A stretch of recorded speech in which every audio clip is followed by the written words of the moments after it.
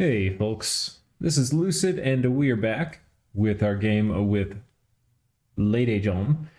And we've got an exciting turn here, very exciting turn, because we have the arena battle with the... And we have at least one Keiju entering the combat. So we're going to have a lot of fun with watching this one. So everybody buckle up, it's time to go. But first, we have a battle in Dendra Niegra. And Tartary is riding out, as Tartary does with their free spawn horses. I think the situation that Tartary is in is they are probably upkeep constrained. Like, they probably can't even recruit a single unit. And some of that is going to be... we have imp summoners back here too, by the way. Some of that's just going to be from all the free spawn they're getting. The other part of it is from the fact that we've taken some land from them. And the other part of that is going to be that they've been given a ton of free money, which they've been using to get troops. And then that money has probably been disappearing as of late. So when you have negative income, you are going to strike out. And that is what he's done here. So really, we are helping him by getting rid of some of that upkeep. Though, we're just honestly defending stuff right now. We didn't actually initiate an attack. And this is reasonably effective. While they're up here engaged with our PD, we're just peppering them with arrows until they run. Sadly, we don't get this Khan. The Khan manages to escape. He's the green horsey here, and he chops his way out. So there's that. We also found a magic site, a crystal garden. This is a 1 pearl site, I believe. And we empowered one of our dudes in Astral to forge a crystal coin. And yeah, we also had a bunch of worldwide events happen. Misfortune, Cold, and an arena battle, which we will watch now. So round 1 is we have Old Ulm attacking Lemuria, and Lemuria has a console with a hunter's knife. Not really an ideal piece of kit, but you never know. Maybe it was free. And a magic staff. A flame-focused staff. Okay. Interesting.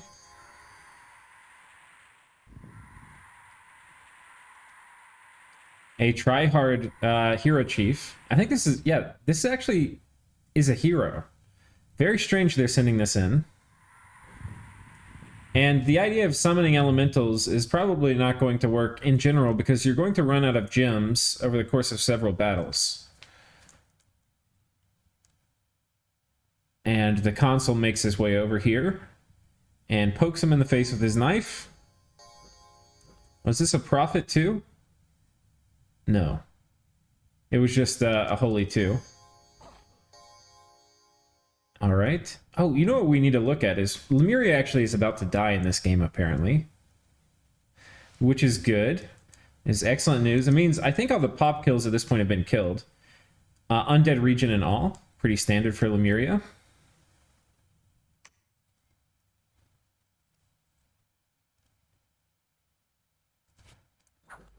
Not terribly interesting. And we have our first Keiju coming up, as we have Old Micklin. And this is one of the gods in Bozmos. It's a mutant dragon. And it's got 4 arms and is a dragon. And has 2 heads. And it comes with blood and nature. It has Shattered Soul, a little bit like a Tartarian. So you have to be pretty careful using it, but it's very strong. And it goes berserk too, that's the other thing.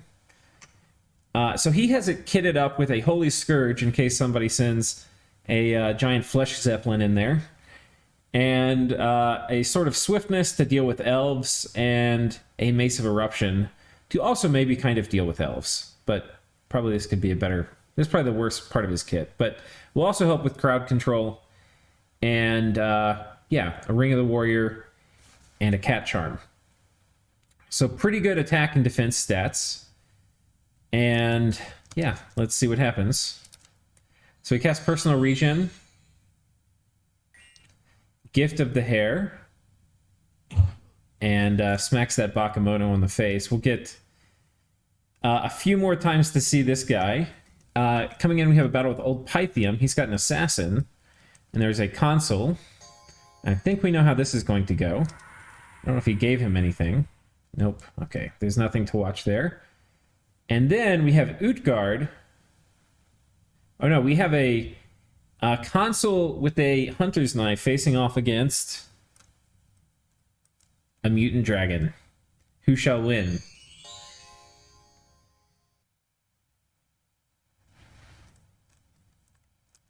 They stare at each other furiously.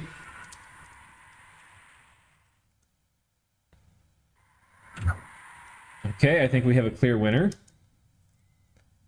Thorn of the Mutant Dragon. So that eliminates the Consul. And then coming down in the arena, we have a battle between Utgard and Albion. And Albion is going with the Skelly Spam approach. And it first does a Curse, and then does Horde of Skeletons, which is pretty high research. It's Enchantment 5. And this game is on difficult... I don't know if I've mentioned it before. I think I have. Difficult magic research. And Cambion here, who I think this is Albion. They're the Sethcon obviously was Utgard. So, or Norna, or whatever that was. Yeah, this guy's pretty tough. He's got Chaos Recruitment, Horse and Wolf tattoos, and he shape changes into something. So maybe we'll get to see what that is. He's taking a lot of damage here. He's not regenning. Yeah, okay. We don't get to see what he changes into. I guess what he changes into is a lower HP form than this. Otherwise, he probably would have switched. And so that's... we have this Norna that's going to move on now. Is that what this was? Unfortunately for this Norna... yeah, she is going to now face a Keiju. A giant mutant dragon.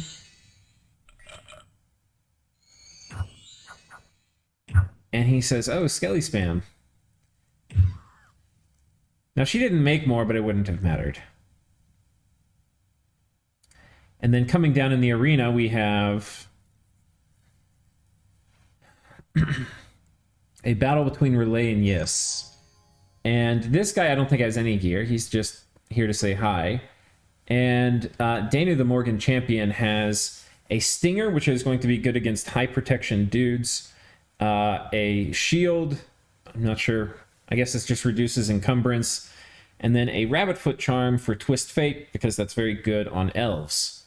And it also is a heroic Morgan champion, meaning it has a bonus to defense and to attack. This actually is one of the better heroic traits for Morgan champions. So, and Yes is probably the biggest player in the game right now. So knocking Gis down a peg just by getting rid of this champion would be awesome. Unfortunately, I don't think this Meteorite Guard is up to the job.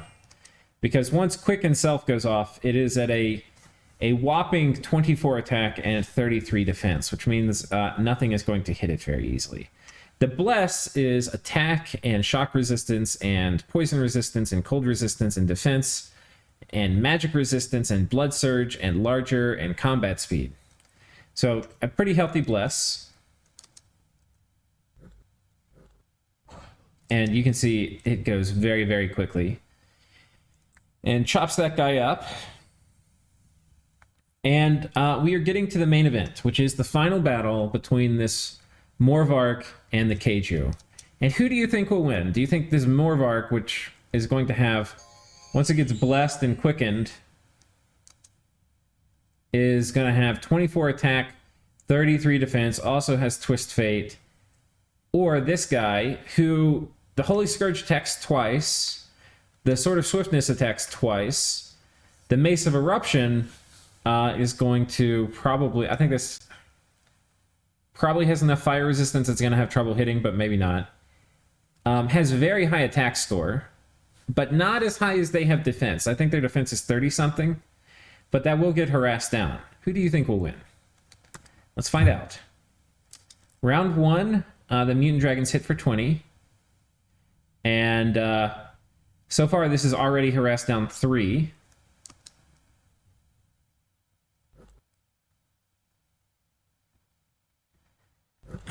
Hits again, so he's taken a lot of damage and gotten an affliction now, a chest wound, before he's really even done anything. She's gotten harassed down a bit more, though. Still has Twist Fate. Gets hit again, but not very hard this time, but got an affliction. Weakened, which is not great. Still has Twist Fate. He's down to 70 and has picked up 2 more afflictions.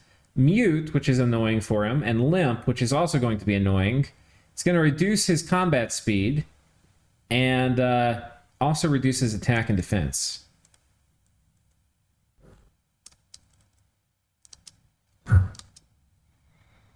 I will say, oh, he's cursed. That's why he's getting so many afflictions. I will say he's getting afflictions at an alarming rate. A truly alarming rate. Now he's very close to dying. On the other side, though, Yis has lost Twist Fate and is harassed down to 29.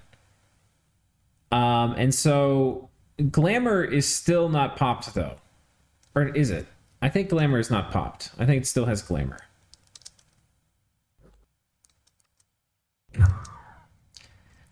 And with just 20 HP left, he smacks her in the face, and she gets what she deserves, that dirty elf. Okay.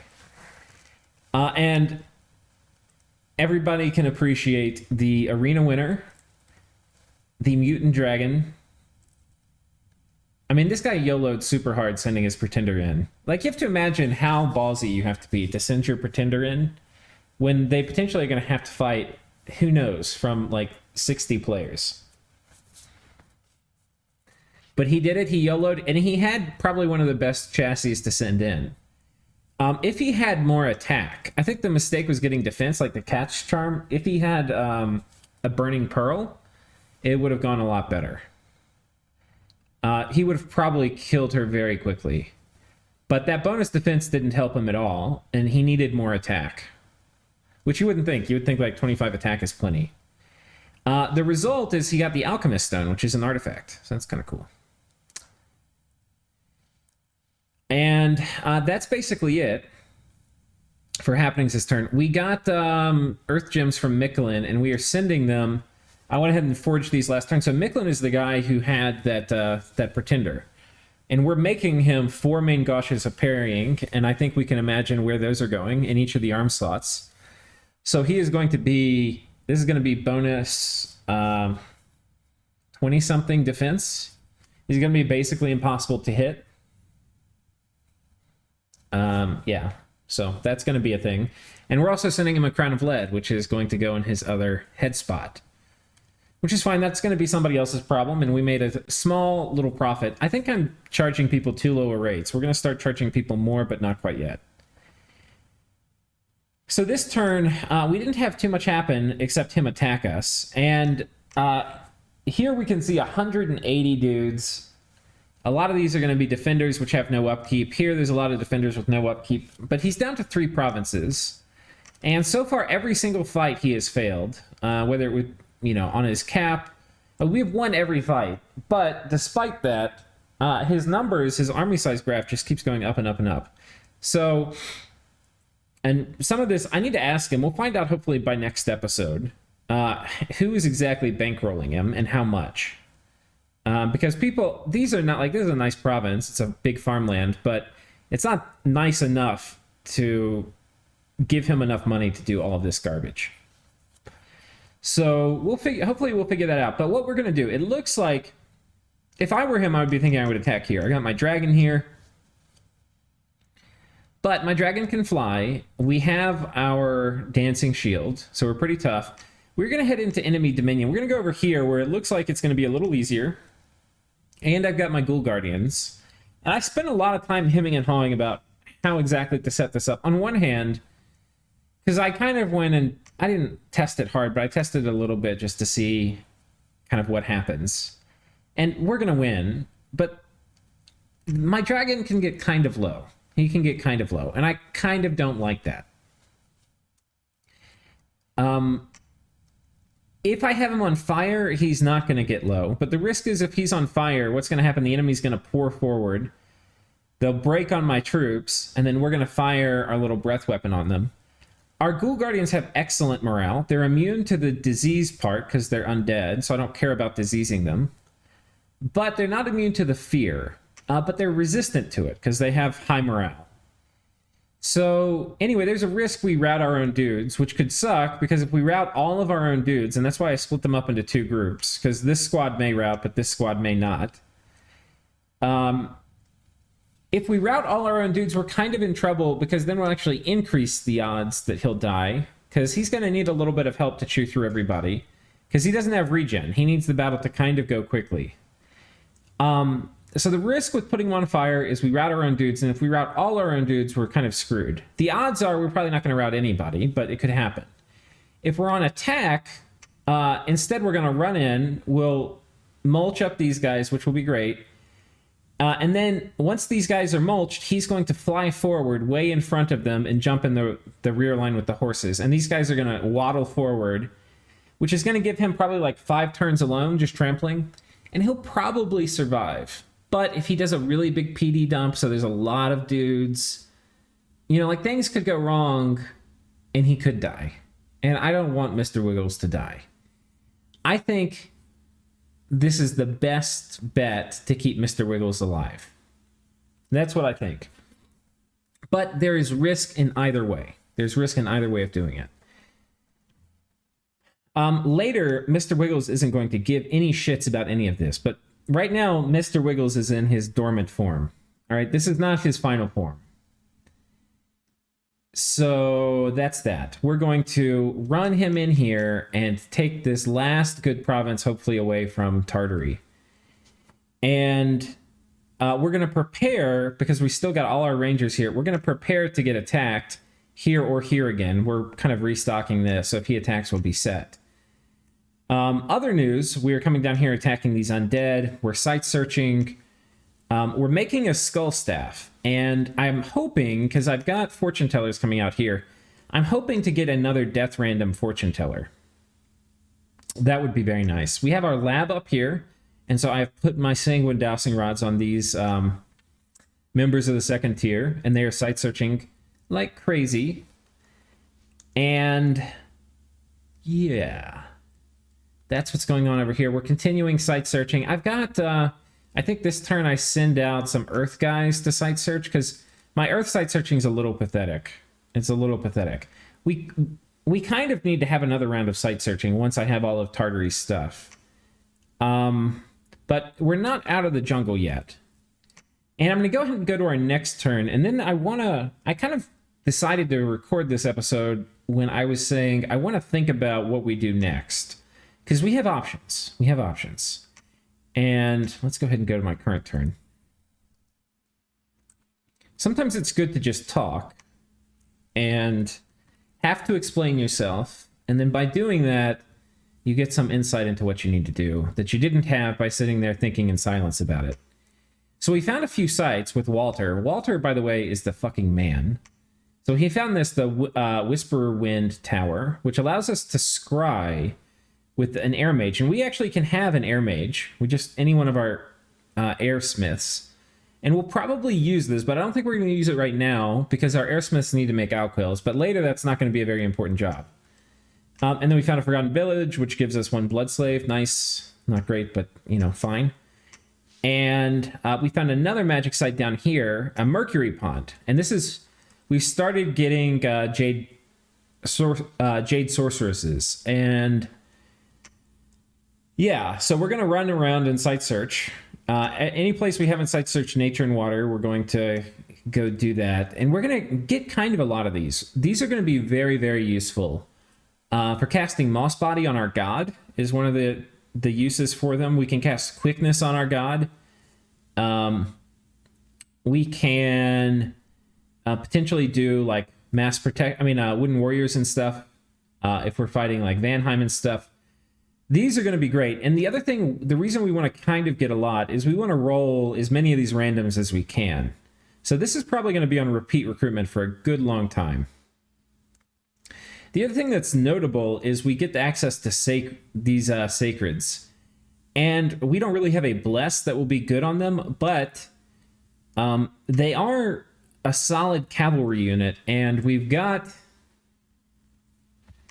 this Throne of the Night. So if at any point in the game we need stuff that can see in the dark, this is an option. Anyway. Yeah. But the most important thing, and we can also make Claim of Pearls, which is pretty important for an Astral Nation. So these guys with Claim of Pearls can be pretty strong. One of the things you can kind of do with this is, once we have Light of the Northern Star up, a Claim of Pearls is going to turn these guys into Astral 4 dudes who can just spam stuff out. And that's pretty useful to have, because you can kind of only make your communion so big and this, that, and the other. And having like 4 or 5 of these guys that are just solo Astral 4s can be really nice. It can be really nice. And we have a great astral income. So making a banner of the Northern Star actually is something we can do reasonably easily. And that having a banner rather than casting it means you can do a turn 1 Power the Spheres, which is going to increase all of our magic paths by 1. And yeah, they can basically do Power the Spheres. They can drop a ton of enslaves, and then at the end, they can drop reinvigoration and keep going. Yeah, and later in the game, we will be doing hell power and stuff with them, but that's going to be complicated, and that's not going to be soon, because we will have... There's cool ways to do it. I have big plans, guys, for these guys, all right? Big fucking plans. Okay. So... what to do now? Oh, wait, we didn't watch the battle. So we came in here and attacked. And I was nervous about watching this, guys. I was nervous. First of all, they have a fair amount of PD. They've got these cataphracts that really hurt. They're really good. And that has a high damage lance, a falchion, which I'm not resistant to. You know, like I don't have slash resistance. I have pierce resistance and blunt resistance. Wait, did they... 1 second. I need to see where he cast Legions of Steel. If he cast on my dragon, I'm going to lose my... Okay, the first cast was right here. It's kind of hard to see with the snow.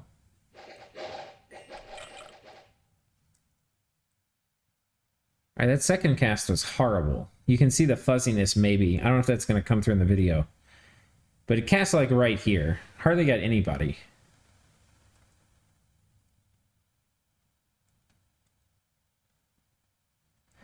Alright, anyway.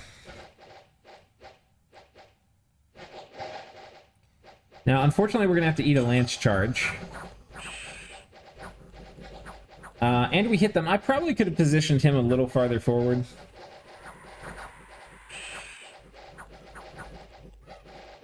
And we have just wrecked these guys with fear. You can see their morale's very low. Unfortunately, they haven't quite run yet. And this shot, I think we're going to rout our own guys. I know, maybe we're going to wait one more. Okay, so they have now run. We've routed the cataphracts, which is fine.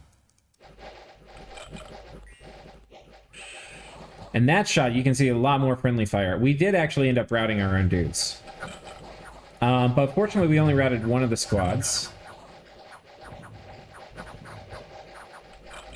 And they have a guy back here animating dead. That alone would probably cause us to lose the battle if our second squad runs. So our second squad not running is important.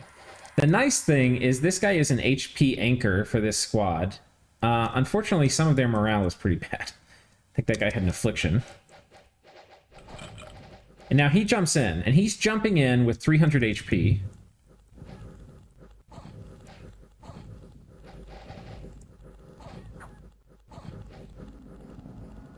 And he's taking damage, and we need to go ahead and rout them. We're already down a sixth of our health.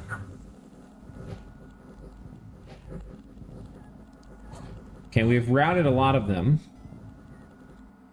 But we're down a third of our health.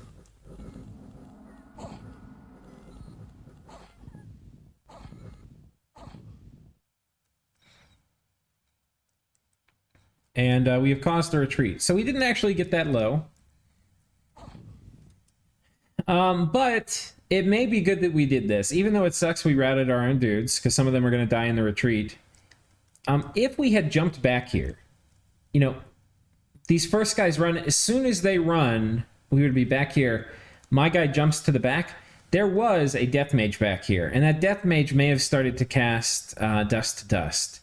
And if he was hitting me with dust to dust for like 6 turns while I was getting hit on by dudes, yeah, it would be bad. There's a very good chance we could have died. So I think it was the right call.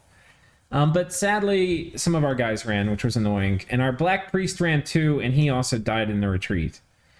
So that's annoying. And then we had a battle here with some skeletons where we womped up on them pretty good. Pretty darn good.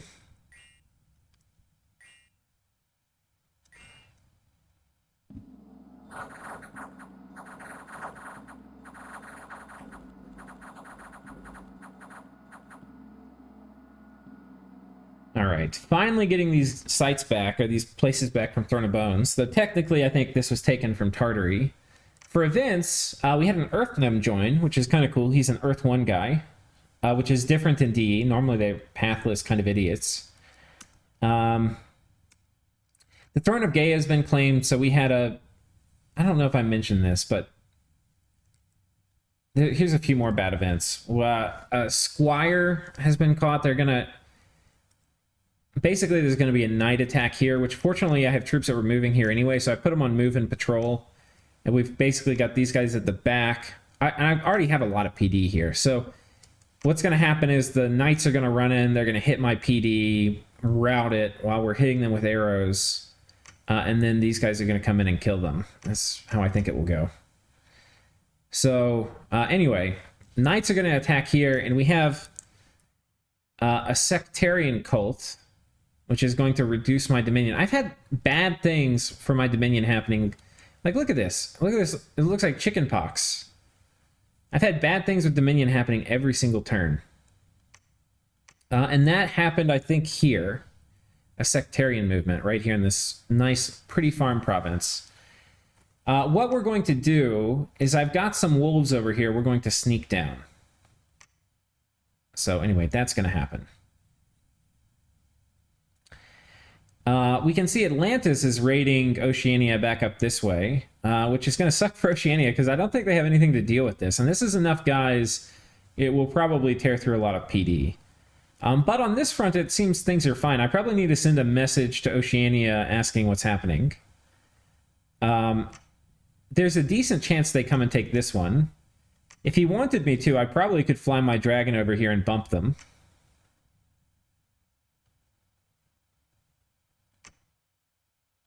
That would actually be hilarious, because we would murder all these guys, and that would be the end of his raiding problems. And it would net me this province for a little bit of time. What I think I'm going to do, though... So I have 2 options here. One option... I come over here and I take this province, but this is going to have at least 100 PD worth of... You know, not 100 PD, but at least 100 troops in the PD. Plus, this is where all his cons are, so they're going to make some more troops. Plus... I think this is a lower estimate. I think like if we fought them, it's probably like 150 plus however many the cons are going to make, so like 170. So anyway, that's a problem. I think we're going to come over here and hit this province. It's a cave, which means we're going to wreck all the horsies here pretty good. They're going to have really low defense, so they're going to get trampled really fast. And our archers will do fine in the cave. So anyway, I'm thinking we're going to come hit this. And then once I hit this, the problem with that is it's going to leave a few more turns for this army to kind of sit here and chill out, which I am not a fan of. But what are we going to do? We also have a bunch of Ghoul Guardians here, which I'm just leaving in the province. And actually, I probably want to put these guys here, about where the other Ghoul Guardians are going to be. Have these guys all on attack closest so they go with the Ghoul Guardians.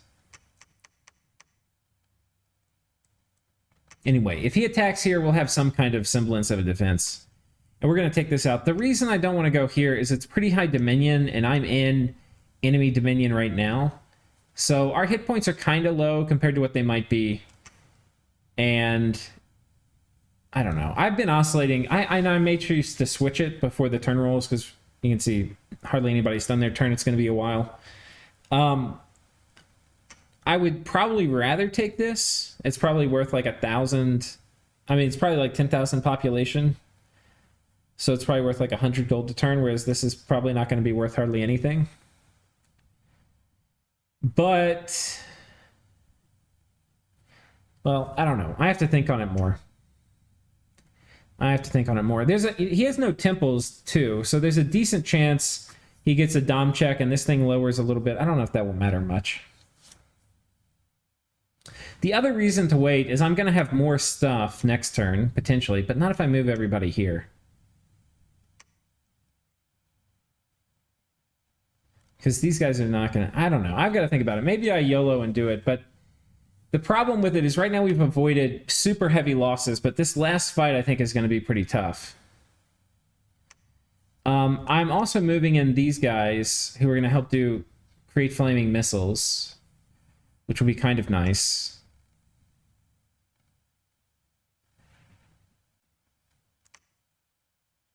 Maybe I keep some of these guys here. Like, maybe we only move some dudes in.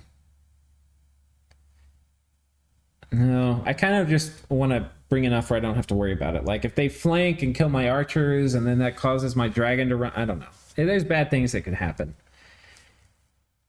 I think we take this, and then it's going to be... We'll probably split this army where part of it comes down here and cleans this out, and the other part of it comes back up. So we'll have to see. But the other option, I'll talk with Oceania. I don't know if I want to offer it. I have to think about if I want to offer taking this. If I take this and organize a bump with them, it's going to be bad news bears. So we'll have to see. Actually, there's something I want to test. There's something I realized, an enchantment, which would be kind of hilarious to get on my dude. There's a spell here called Power of Healing Water, which grants you 10% underwater regen. Which I was thinking about empowering my god in water anyway, and we can't spend water very well. Not yet. And I just got this 2 water gem site, which is going to put me up to 4 water, which means in not very long, I'll be water 1. And that'll give me Quicken Self, it'll give me Liquid Body, bunch of cool stuff. So anyway, I was thinking about getting it, but I don't know if it will work on inanimate. So I actually want to test that really quick. And we'll do that in a test game. So I think this is our test game.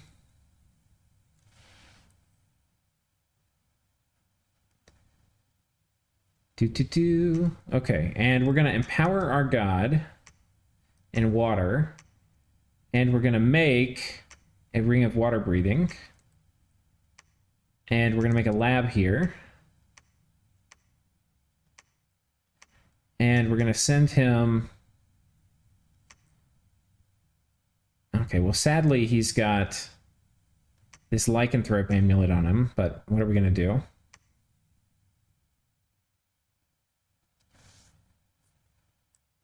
I probably need to go ahead and empower him one more time, actually, because he has that slot filled, we're not going to be able to fill that up with items. We'll go ahead and make a water bracelet. And... oh, shit. This thing actually is going to fuck him from... 1 second. We have to actually let him die. I gotta get that damn thing off of him.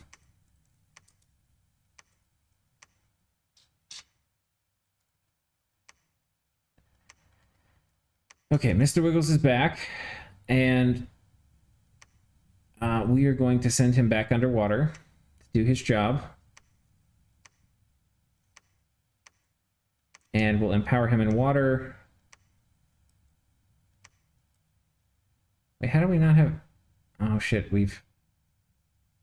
that's a problem.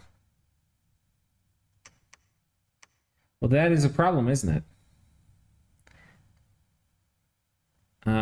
We've hit the negative number thing.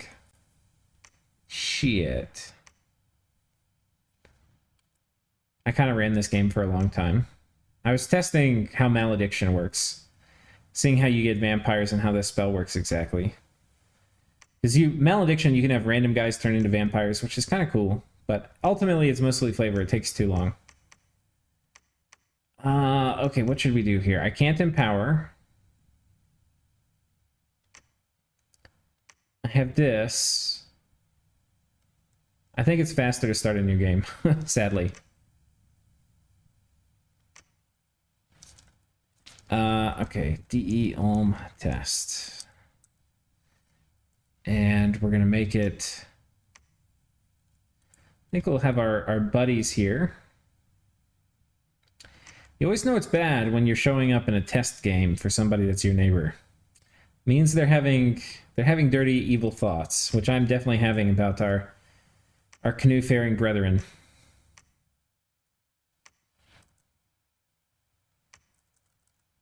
Okay, and here we go. So let's just go take this. We'll empower you in water twice. Empower you in water again. We'll make a lab. And all this is to test one simple thing, which is, do we actually get... Oh, we need to make a ring of water breathing. Do we actually get underwater regen on an inanimate dude when we cast this spell? I think the answer is yes, because I think water elementals have it. I think it is true regen underwater. Oh, we probably have to do a little bit of research here. I think it's enchantment 4.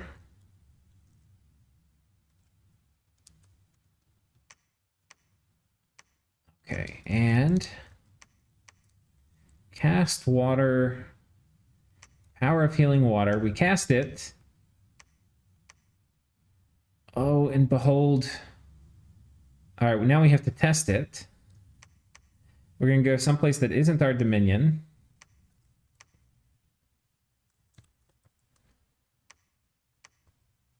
Like here. And do we have underwater regen? I assume we do. There's only one way to find out. Oh, y'all saw that beautiful green number, so that works. So I think that actually, because we are surrounded by water, and the ability to fuck with water nations that come and attack us is huge. And this means in my dominion underwater, we will have enormous amounts of HP regen. Enormous. So that is, I think that has put me, we are definitely going to empower him in water. And if we look at, we're kind of getting to the part where I need to figure out what we're going to do. And we're doing some kind of weird things where we're going to hit Alt 4, because Alt 4 is going to allow us to magic phase with bat transformation with our god, which will allow us potentially to dominate any army that wants to come and fuck with me underwater. Especially once we get enchantment, or really any army in general that wants to come in my dominion is the thing I meant to say. It's also going to give us some interesting things we can... Excuse me, sorry, I had a cough. It's also going to give us some interesting things to use, like Moss Body. What is this? Oh. God, that's actually kind of good for us. It's actually potentially really good. I need to see how this stacks.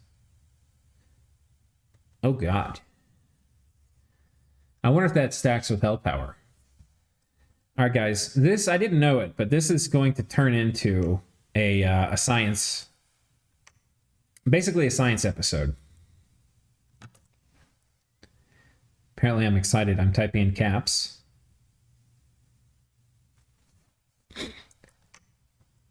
Okay, so here's what we're going to come back and do some major empowering real quick. We're going to empower in blood a few times. Well, we're going to empower our god in blood at least 3 times anyway, and I'm banking up blood slaves to do this right now. And I've kind of got enough.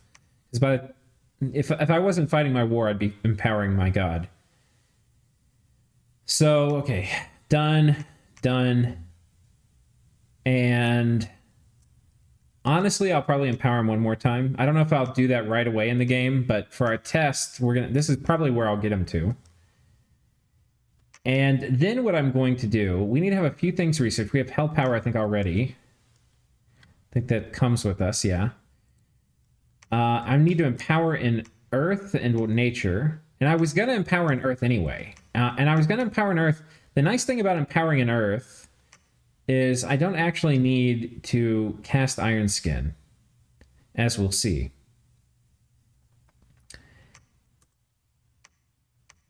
This is kind of my plan for the god, is empower him in all these paths. And then we're going to empower him in nature. Nature, I was not planning on doing. Nature, we're only going to maybe do much later if this works. And we'll test it right now. So here's the plan. The plan is hell power and then power of the spheres and then earth power.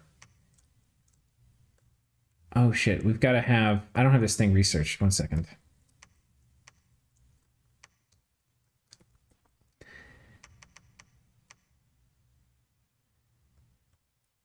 Okay.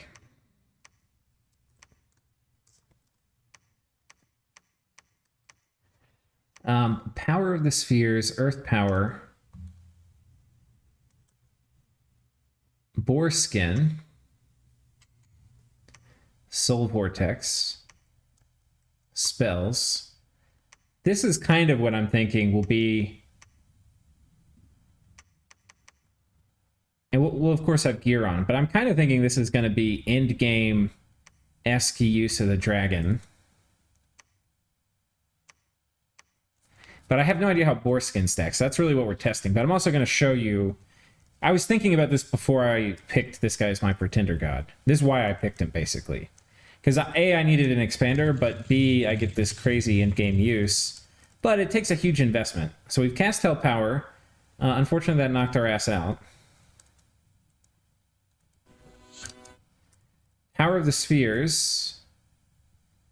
Okay, that knocked our ass out.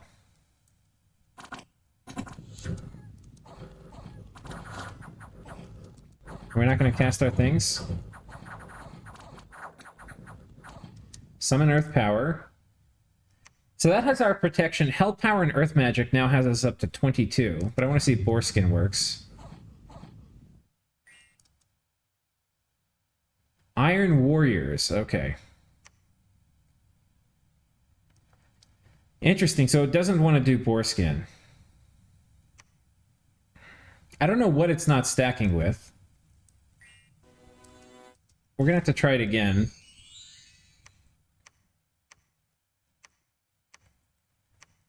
And what I want to do is put it... We'll empower him one more time. You kind of need to be blood 5 to not get knocked out from this shit. And we'll give him, make sure we have a bunch of slaves, all the ones you need. And we'll come here. Actually, we'll go... I'll show you... We'll stress test it a bit more. I'll put it on top of this guy's capital. What I want to do here is we're going to do Boar Skin first. So that I'm sure he'll cast it, and it's not going to interfere with anything else. And then we're going to see if it really does stack. We're going to do Hell Power, Power of the Spheres, Summon Earth Power, and then Soul Vortex and Spells. And then on this side, we're going to do some ungodly number of things. We'll probably kill our dragon. I don't know if it can kill all this, because those guys are actually pretty killy when you surround your dude. But I don't think we're going to knock ourselves out.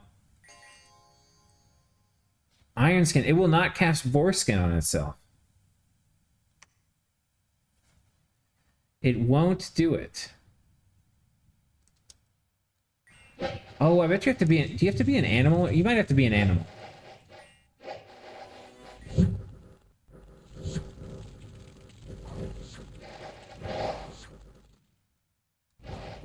Yeah, we don't have regen. He's not casting Soul Vortex. He's actually going to die here.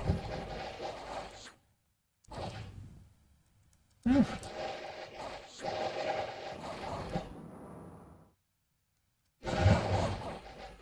Oh, unless he casts Cloud of Death. He also has the Reanimator trait. He is getting murked by Harvest. So, 1 second. Oh, damn, we got the hero I really wanted this turn. I really wanted this guy, so I didn't have to empower.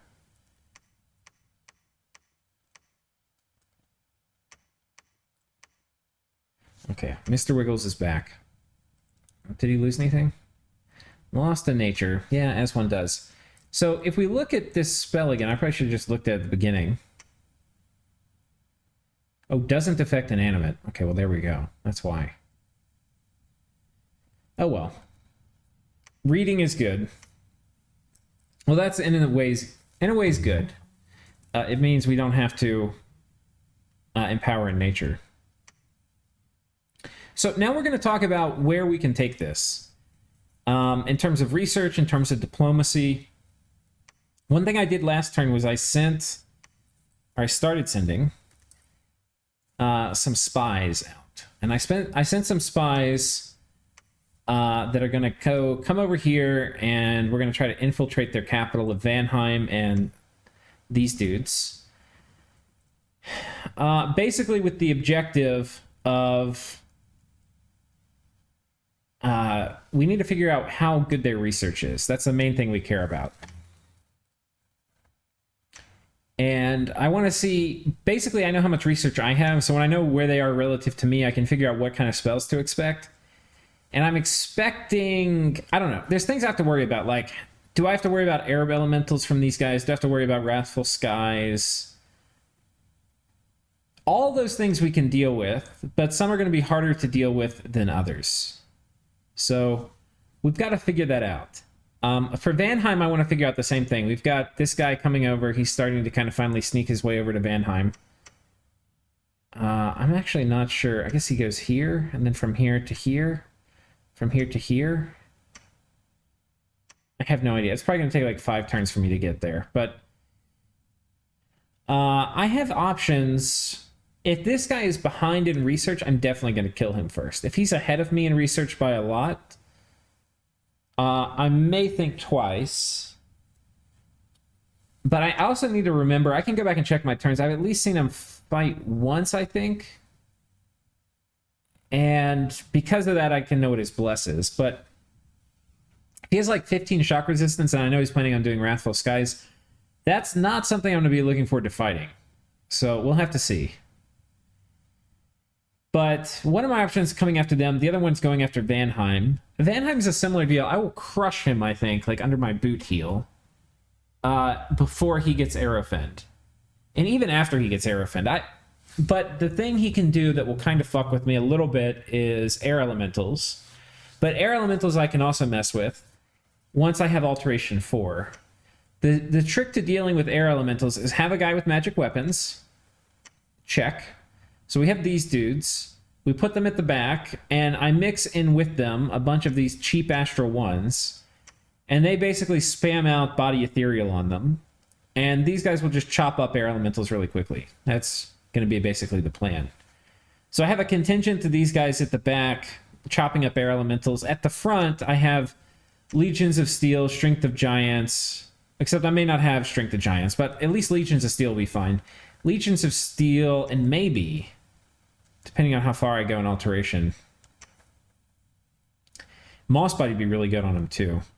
So I could have like Legions of Steel, have like 2 or 3 Moss Body casters, Ghoul Guardians, and those, I mean, they don't even need buffs, but they will just, that'll make them trade way better. The only problem I have with using Ghoul Guardians, and this gets into, you know, who am I going to fight? What am I going to research? The only problem using Ghoul Guardians, well, the only problem. One of the problems using them is basically they can be banished. They can also be dust to dusted.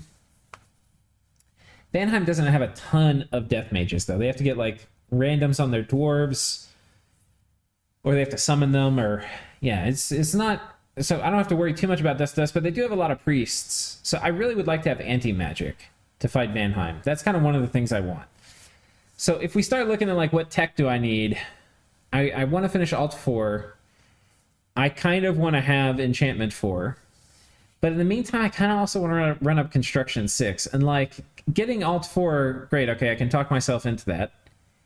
Getting Enchantment 4, I feel like I'm really starting to delay Construction 6, which is going to delay me getting... Because this is going to allow me to get more research boosters, so it's really going to start pushing out my timeline, and I want to be the first to get some of the high construction items. That's kind of one of the things I'm going to focus on.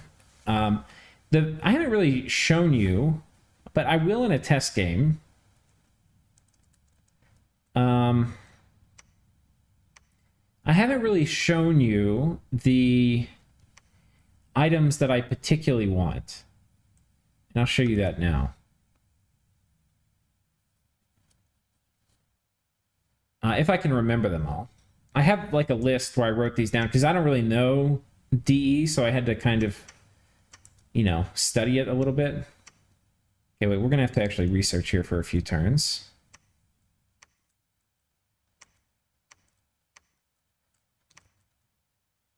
And...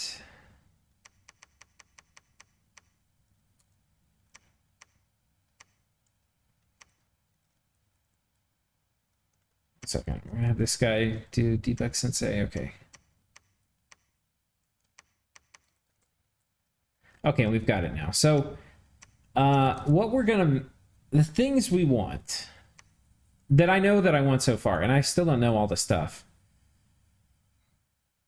The Keystone's kind of cool. This is not unique though.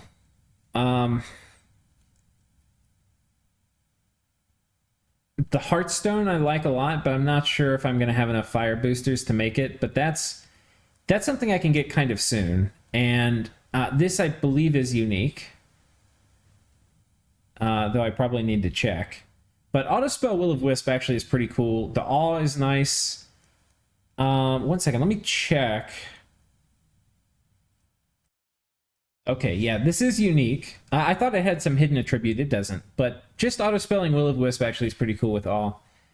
I dig it.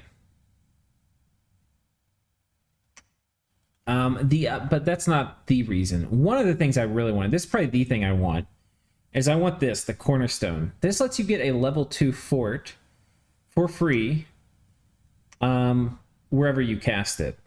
And the trick to doing it every single turn is to move it through the lab system. So basically, wherever you want to build a fort, you build a lab, and then that next turn, you're going to be able to instantly drop a fort for free. This will allow me to fort up my entire land on the cheap. I want to get this super bad. To get this, though, I have to get an Earth 5. And I have to also get all the Earth gems. So that's going to be tricky. I don't... Like, once I get... I'm going to have time to think about it, because I got to get all the way up to Earth 8.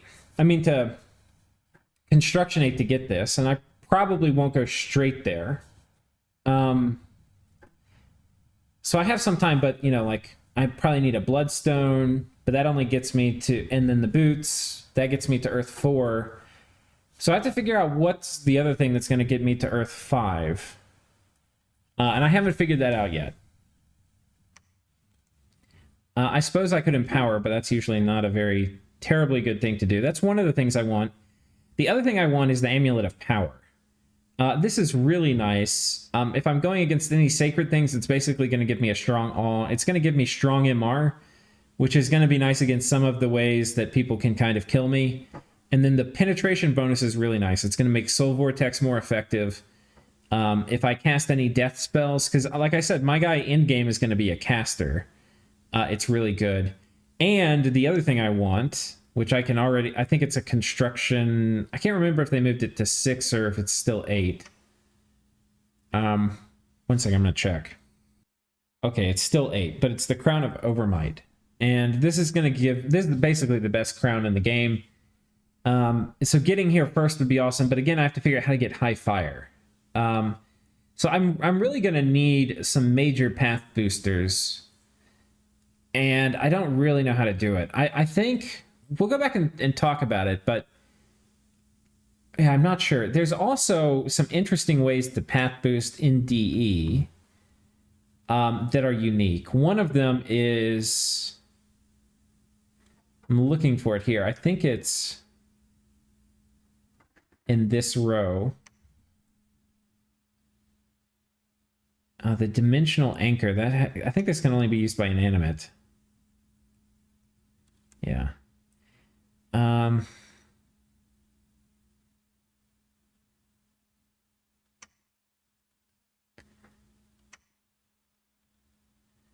That is not it. The moon bowl, no.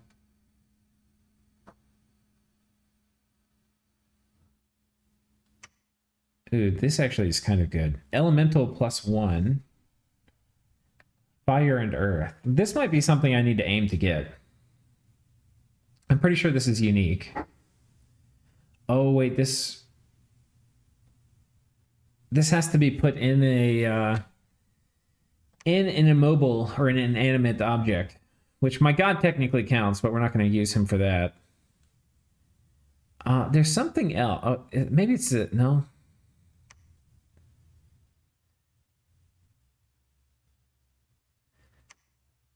Master ritualist. It's not going to help me forge stuff. The mother pearl. One second, I'm going to pause. Okay, I found it. It's the Gem of Creation. And this one, it's basically a ring of wizardry that's cheaper and lower path to forge, but it's unique, so you can only get one of them. So that would be kind of cool if I was the first there. I could maybe get that, and that would fix a lot of my path issues. Maybe there's other ways too.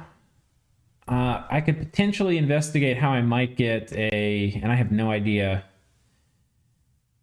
Like maybe I could get some way to do a Staff of Elemental Mastery or something. I have no idea. I'm gonna have to look more. But the things I really wanted were the cornerstone is probably the most important. I wanted the Amulet of Power. This is really good. I want the Crown of Overmight. And I want, if I can, this is something I might be able to pick up too, if I just empower my god in Astral once, which I was kind of planning on doing anyway. And this gives me Summon Kamul, who is a pretty badass dude. So anyway, that's an option. This also, I potentially might be able to get. The guy who I'm empowering now, I'm empowering a guy. I haven't really talked to you about this. So I've got an Astral 1, Nature 1 dude. I'm empowering an Astral, and I'm empowering him to make, if we can see it here, looking for like a little, oh, here it is. To make this. So to make this, I need a crystal coin, plus I need to be Astral 2, or I would have to wait until I get to Construction 6, and then I could make this. But I want to make it now, because I think this is going to be really helpful in my war with the canoe people. Because basically this is going to give all the wolves on my side of combat 15 invulnerability, which seems to me to be really good. So we're going to make that. But to do that, I had to empower. But the nice thing is that now I have an Astral 2, Nature 1, which means I should also be able to make this. I just need to get 2 Astral boosters. Well, will I? 2 Astral boosters will get me up to Astral 4, and then a Thistle Mace. So I'm still going to need one more. So I really need to get 1 path booster. And I need to figure out how we're going to do it. And I think this might be my best answer. Like if I rush to get here, I drop 60 pearls, and I have a huge pearl income. I drop 60 pearls to do it. I just need to figure out how to get Astral 6. There's probably a few other things I could look to make, like a horror harmonica and stuff. I don't know if I have all the right fixings to do that, but if we go back, let's look and figure out if we can get Astral 6. I think Walter is Astral 3, and I also have Astral 3 randoms.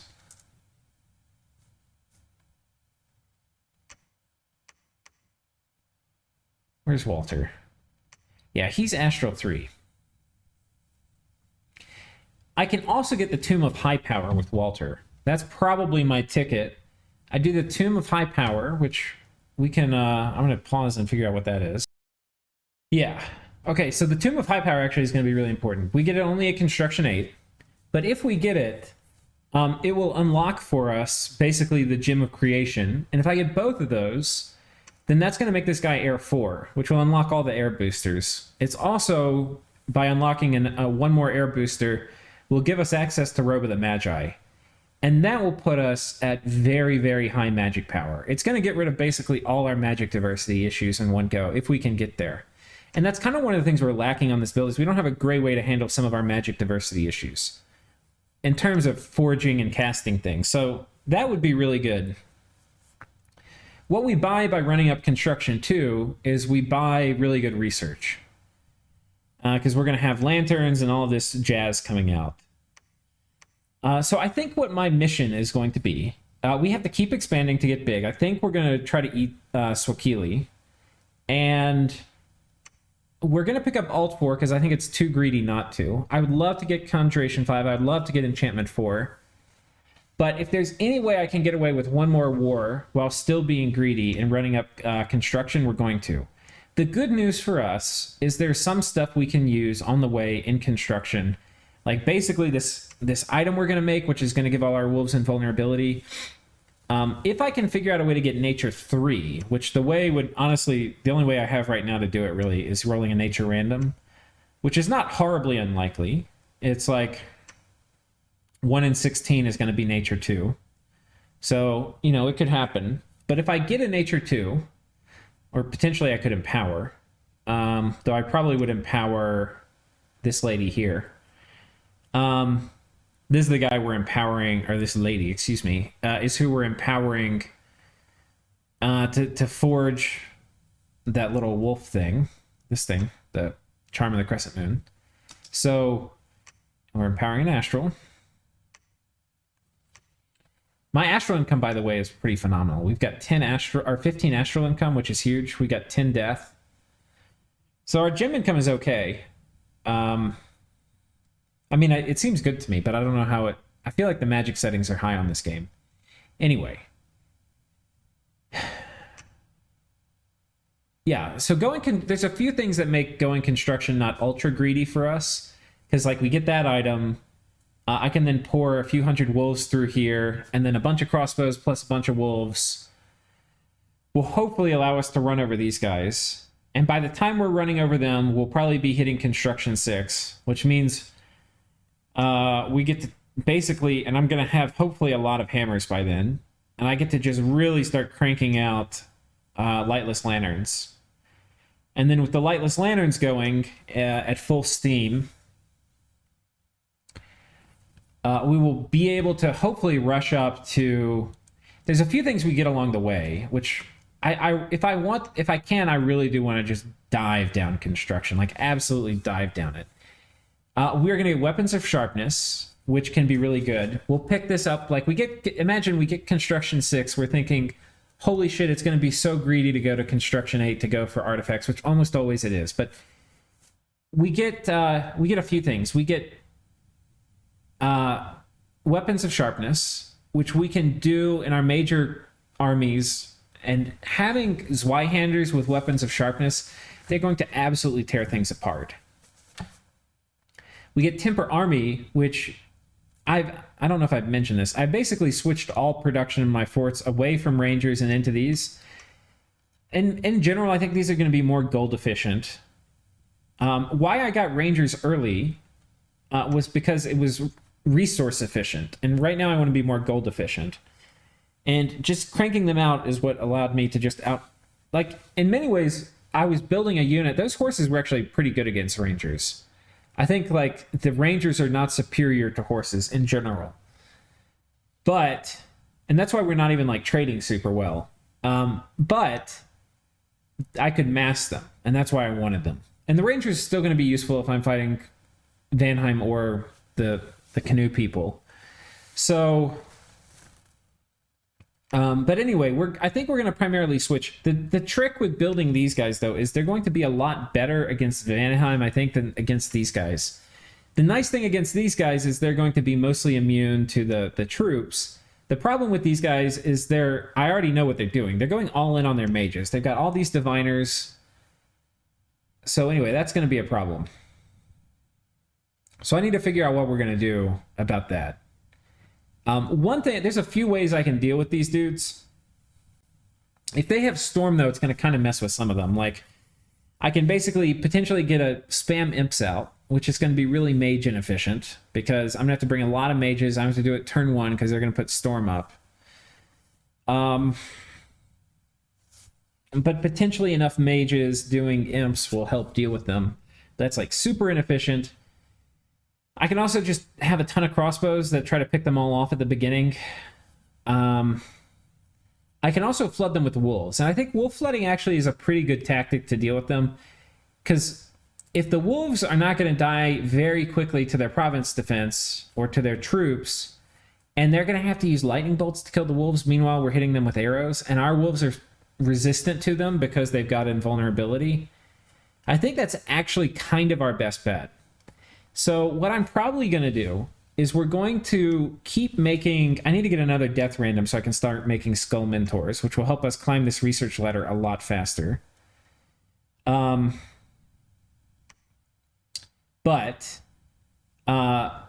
as soon as we get another death random of the fortune teller, we're going to switch over to basically to making more of these wolf herds, and we are just going to pour with wolves across the map and take these guys out with a bunch of crossbows and a bunch of just pretty much a huge army is basically the plan. And I think we're going to prepare for air elementals, which means we're going to have ghoul guardians in the back with body ethereal. And the other things will be there to deal if he's going to do lightning evocation and stuff. Just tons of wolves running forward with invulnerability. So I think that's the plan. I'm pretty sure we're going to go after these guys because I think they're going to be easier than Vanheim. And we'll probably just shift into taking them, which will give me this, and then we'll shift up and we'll take Vanheim. And once we have Vanheim, depending on what it is, I may eat one more nation, but I would probably, at some point, here's how I'm thinking about it. And I think this is how nations work in the real world, or at least how they used to, is you need to gobble up all your neighbors until you bump up against the neighbor big enough you can't gobble up.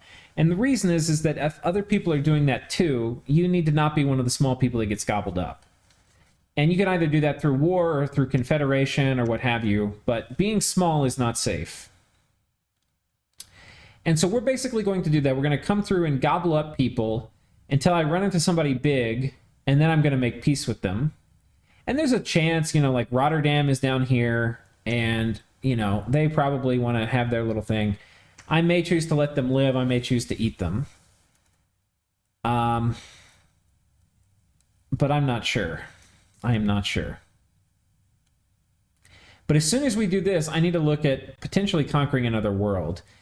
And that brings me... We've been sending some scouts out, so we can watch some of this conflict here. Yis has already eaten Hinnom. This is Hinnom's capital. Rip Hinnom. They're eating the rest of them. Bod is over here, and Bod has taken some stuff, and they're fighting Yis, but they're fucked. There's nothing they can do. So this is all going to be Yis. I probably don't want to go attack here, but I did want to send a scout down here to see it. Marignon is absolutely huge. So Marignon had a bunch of the stars. Ooh, they're attacking Scaleria. That's good.